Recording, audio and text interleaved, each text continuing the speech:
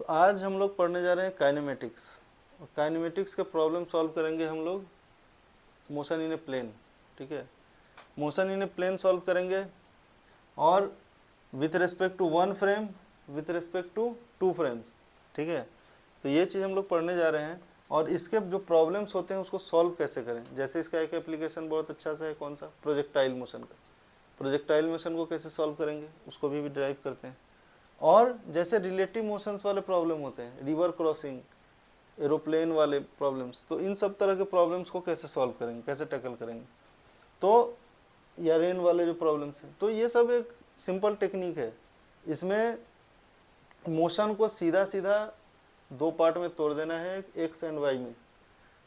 May be कि हमको बिल्कुल हॉरिजॉन्टली या इंक्लाइंड प्लेन पे एक्स वाई कोऑर्डिनेट अपने चॉइस का लेना पड़े प्रॉब्लम में, लेकिन यही एक टेक्निक है इसको इजीली सॉल्व करने का।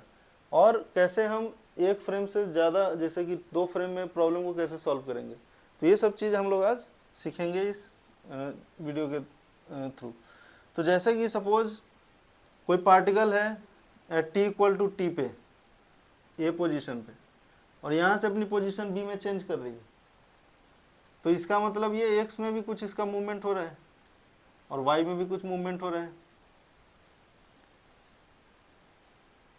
तो वेक्टोरियली अगर ऐड करो इस चीज़ को, तो हमारा क्या हो रहा है, ये मान लो यहाँ से यहाँ तक पोजीशन में चेंज हुई है, राइट। तो पोजीशन में जो चेंज हुई है इसको हम लोग ट्रीट कैसे कर सकते हैं, यहाँ डेल्टा वाई चेंज हो गई है तुम्हारे डेल्टा टी टाइम में, ये T equal to T plus delta T का केस है, और यहाँ पे डेल्टा एक्स में चेंज हो गई है। तो दोनों को अलग अलग अगर हम स्टडी करें तो प्रॉब्लम को सॉल्व कर सकते हैं कि एक्स में कितना डिस्प्लेसमेंट हुआ, वाई में कितना डिस्प्लेसमेंट हुआ, वही तो मिलके अपने को ए भी देने वाला है वेक्टोरियली। तो अगर मान लो स्ट्रेट लाइन मोशन हुआ होता सिंगल वन डायमेंशन में, तो हम लोग क्या करते थे, तीन इक्वेशन थे हमारे मोशन के। पहला जैसे वी एक्स इक्वल टू, या वी एक्स वाई जेड नहीं लगाते, V equal to U plus A T, और S is equal to U T plus half A T square,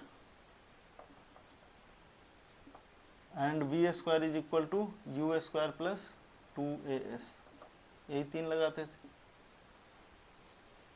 इसी तीनों को अब मुझे दो बार लगाना है, एक बार लगाना है एक्स के लिए, एक बार लगाना है वाई के लिए। तो एक्स के लिए इसी चीज़ को लिख सकता हूँ मैं, V X equal to U X plus A X T, and X is equal to U X T plus half A X T square, and V X square को लिख सकता हूँ मैं U X square plus two A x.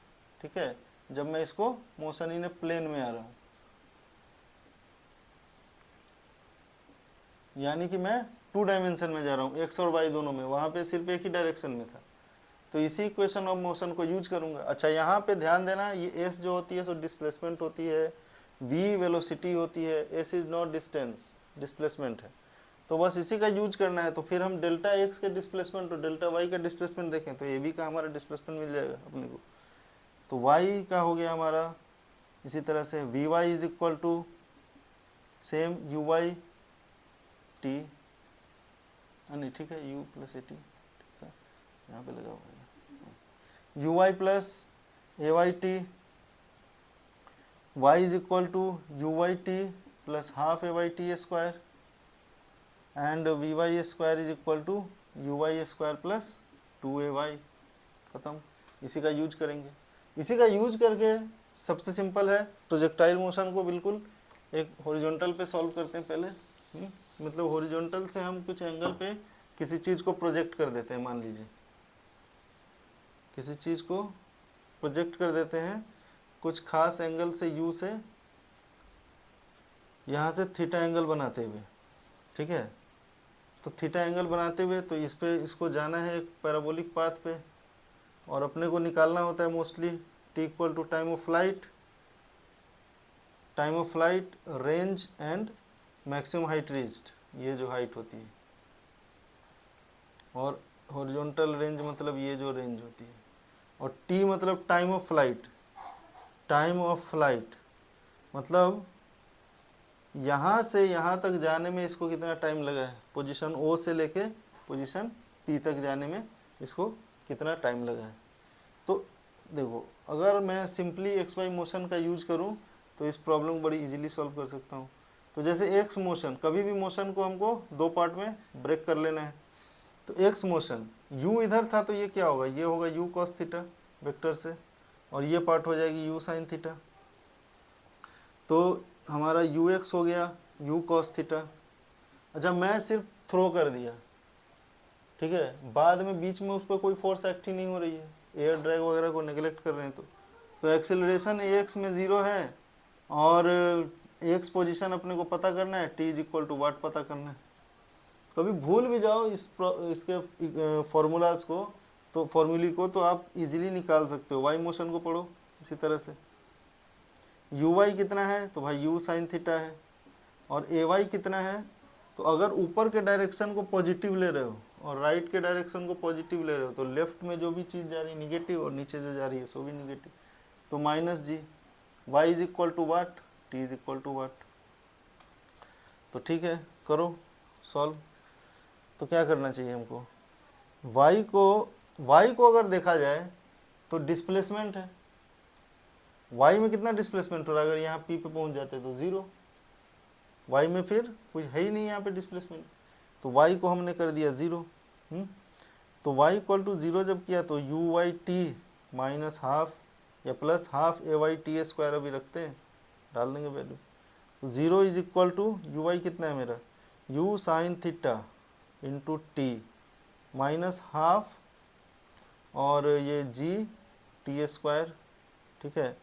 तो या तो T 0 होगी, या u sine theta minus half g into t equal to 0 होगी। तो टी इक्वल टू 0 पे तो यही था बंदा, मतलब वो जो पार्टिकल था सो, तो मेरा टी जो आया वो कितना आया, तो 2u साइन थीटा बाई जी आया। यही तो टाइम है यहाँ से यहाँ जाने का, यानी कि यही मेरा टाइम ऑफ फ्लाइट है। तो एक जगह नोट करते जाते हैं इसको। टाइम ऑफ फ्लाइट मेरा आया 2u साइन थीटा बाई जी, ठीक है। अब जब 2u साइन थीटा बाई जी आ गया, तो अब मेरे को निकालना है x। तो x बराबर क्या हो गया, U X T plus half A X T square, यानी कि u cos theta T plus ये तो पार्ट 0 हो गया, यानी कि u cos theta into 2u sine theta by G, यानी कि यू स्क्वायर और 2 sine theta cos theta upon G, यानी कि U square sine 2 theta by G. तो ये मेरा क्या हो गया, तो हॉरिजॉन्टल रेंज हो गया, हॉरिजॉन्टल रेंज मिल गया मेरे को, एक्स डिस्प्लेसमेंट मिल गई मेरे को। तो टी एक फॉर्मूला हो गया, एक आर फॉर्मूला हो गया। अच्छा, मैक्सिमम हाइट रीच्ड, मतलब वर्टिकल कितने हाइट तक मैक्सिमम जा सकता है, तो इस टाइम देखो यहाँ पे सिर्फ और सिर्फ horizontal component of the velocity होगी, क्योंकि u जो वर्टिकल वाली वेलोसिटी होगी वो 0 हो जाएगी, तभी तो मैक्सिमम हाइट, तभी तो उसके बाद वो नीचे जाना शुरू करेगा। तो मैं यहाँ पे क्या यूज करूँगा, यहाँ पे यूज करूँगा v Y square is equal to you Y square plus 2 a y into y, या ये y मेरा h है, तो वी वाई स्क्वायर 0 हो गया है, यू वाई था मेरा u साइन थीटा का होल स्क्वायर माइनस 2 इंटू जी इंटू एच, यानी कि h हो गया मेरा u square sine square theta upon 2g। तीसरा, तो टाइम ऑफ फ्लाइट भी मिल गया, रेंज भी मिल गया, और मैक्सिमम हाइट रीच भी मिले। कितना देर लग जाएगा इसको निकालने में अगर भूल भी गया तो, ठीक है। तो अपना मेन जो हथियार है वो है एक्स और वाई में ब्रेक करना। किसी में अगले वीडियोस लेंगे जिसमें कि हम लोग इसको देखेंगे, प्रोजेक्टाइल मोशन के वीडियोस लेकर के कैसे हम इसको सॉल्व कर सकते हैं। एनीवे, एक और चीज़ देखते हैं इसमें फ्रेम के बारे में। ये तो सिंगल फ्रेम में था, ये जो प्रॉब्लम हमने उठाया सिंगल फ्रेम का प्रॉब्लम था, मतलब एक ही ओरिजिन थी अपने पास, वहीं से मोशन को स्टडी कर रहे थे। अब मान लो तुम्हारा साथी भी आ गया, ठीक है, वो किसी दूसरे फ्रेम में है, चलती ट्रेन में हो सकता है, पैदल चल सकता है, कुछ भी हो सकता है, या रुका हो सकता है, उसके रिलेटिव में भी मोशन को पढ़ देना चाहिए। तो मान लीजिए एक और बंदा आ गया, और उसने एक फ्रेम बना ली। ऑब्जर्वर मेरा अब 2 जगह है।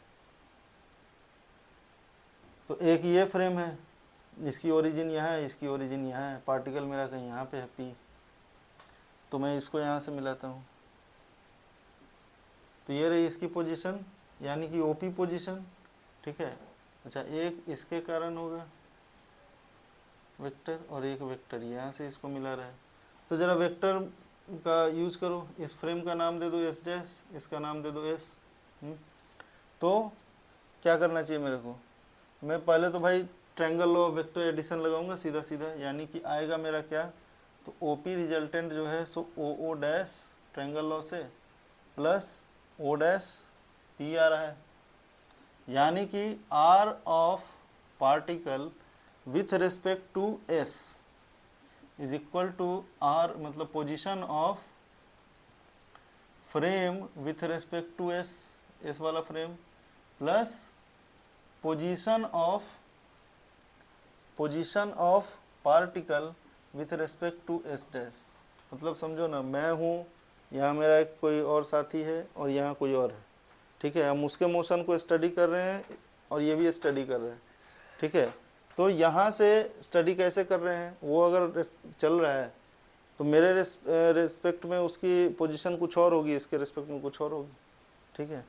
तो बस यही चीज़ निकाल रहे हैं हम लोग, यानी कि मोस्टली मेरे को केस क्या आती है, ये वाली चीज़ कि RP S डैश ये होना चाहिए मेरा RP S minus R S dash S। मतलब उस पार्टिकल की पोजीशन उसके रिस्पेक्ट में क्या होगी कि मेरे रिस्पेक्ट से इसकी मेरे रिस्पेक्ट में पोजीशन को घटा दो, ठीक है। बहुत इजी समझने के लिए S को ले लो ग्राउंड, तो RP S dash should be equal to RP ground minus R S dash with respect to ground. अभी ग्राउंड भी हो सकता है, कुछ भी हो सकता है, ऐसा कुछ नहीं है।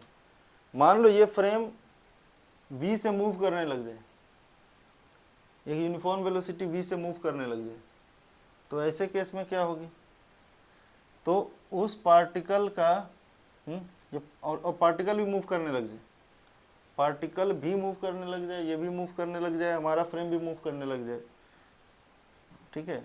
तो जो भी हो, इसको डिफ्रेंशिएट कर दो टाइम के रिस्पेक्ट में सबको, तो velocity of P with respect to ground, velocity of S dash with respect to ground, ठीक है। मान लो दोनों फ्रेम एक्सेलरेटेड भी हो जाता है तो भी क्या दिक्कत है, तो acceleration of particle with respect to S dash should be acceleration of particle with respect to ground और acceleration of S dash with respect to ground.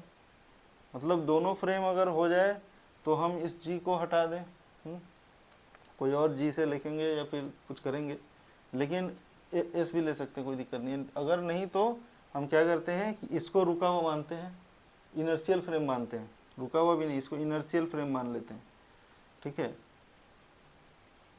और इसको मूव करने देते हैं, एक्सीलरेट भी करने देते हैं, कोई दिक्कत नहीं।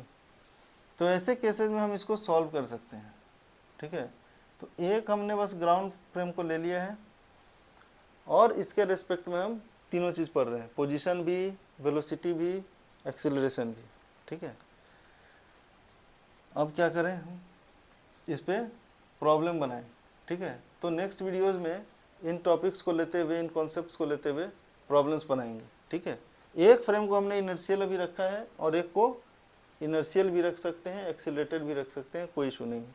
तो हमारा acceleration of the particle with respect to S dash, acceleration of P with respect to ground और acceleration of S dash with respect to ground लिया है, और दूसरा में हमने वही पार्टिकल का वेलोसिटी और पोजीशन का भी ले रखा है, ठीक है। तो इसके थ्रू हम प्रॉब्लम सॉल्व करेंगे, ठीक है। थैंक्स।